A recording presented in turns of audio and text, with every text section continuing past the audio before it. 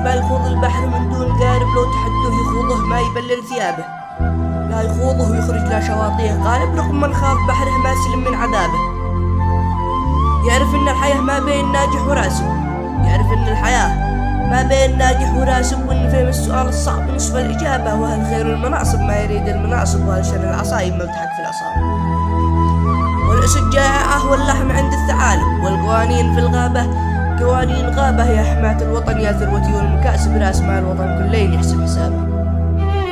عاش من حرر الحرة شوه مارد، حقق النصر في صرواح وادي حبابه، كيف ما أقولهم من يستحق الرواتب، كيف ما أدعيلهم في الساعة المستجابة.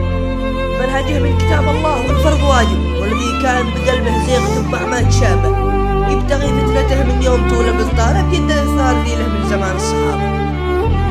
ما حارب إلا على شم منهجه والمطالب، واستوى قالبه عدوان بعد انقلابه، لكن الجيش على عهده ووعده مواظب، من تراب الوطن لا ما يموت فيه ترابه.